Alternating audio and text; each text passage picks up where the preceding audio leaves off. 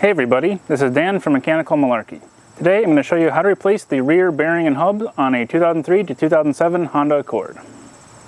These are the tools you need to change your rear wheel bearings. You'll need a 32mm socket, a breaker bar, a torque wrench that can do 134 foot-pounds, a hammer, chisel, punch. You may need a small pry bar. If you have disc brakes, you'll need a 14mm socket and ratchet to remove the brakes. You'll also need a jack stands, and tools to remove the wheel. The bearing replacement process will be the same whether you have drum or disc brakes in the rear. If you have drum brakes, just have to take off the drum. Disc brakes, take off the caliper, bracket, and rotor. I'm going to skip ahead until I've taken these off. There's just 14mm bolts holding the caliper to the bracket and the bracket to the knuckle. You also may have rotor screws still. Those are usually a Phillips number 3. Now it's time to remove the bearing. First thing to do is to take the bearing cap off. This one is already a little loose, so it's going to be a little easier. Stick a chisel or pry bar between the bearing cap and the hub.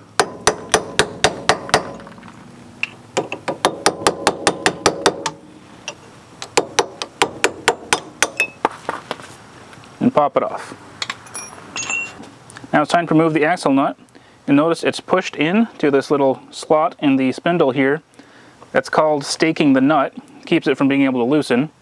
You can try to get a tool in there and bend that back out. Most of the time when I'm taking off nuts like this, I can just take it right off with a breaker bar anyway. It's only really important if the spindle sticks out a lot farther than the nut, because then you might mess up all the threads if you don't remove that first.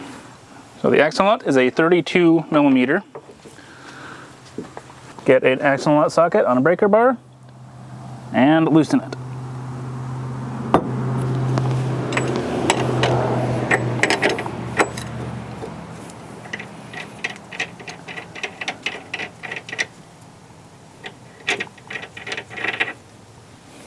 And then pull the bearing right off.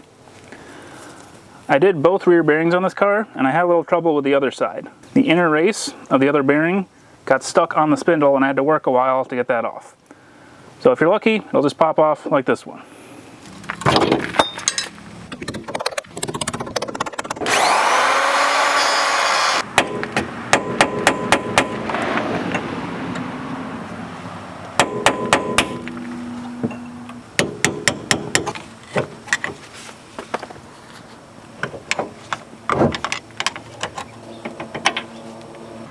Now before I install the new bearing, a quick note on these nuts. It's always best practice to get a new nut, because once it's already been staked, then you have to take it off and then you're restaking it and bending the same area again, so it's not going to be as strong. I did buy some new axle nuts, but if you notice, the flange is a lot smaller on the new nuts.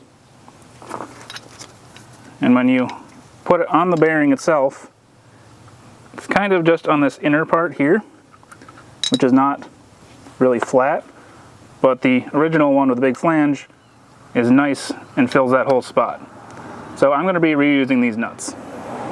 Now for installing the new bearing.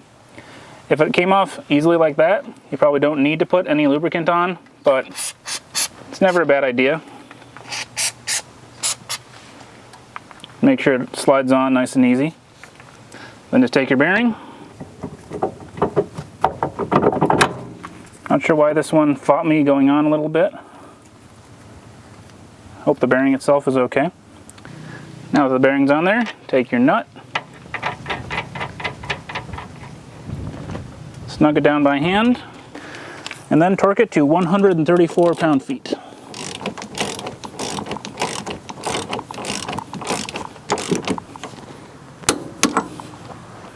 Then make sure to stake the nut.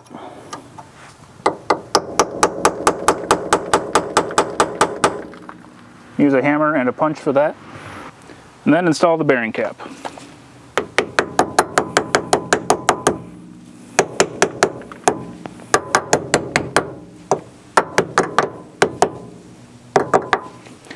Then put the brakes back together, put the wheel on, and you're all done.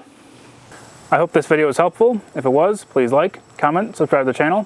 Follow me on social media on Facebook and Instagram, and read the blog at mechanicalmalarkey.com. Thanks for watching.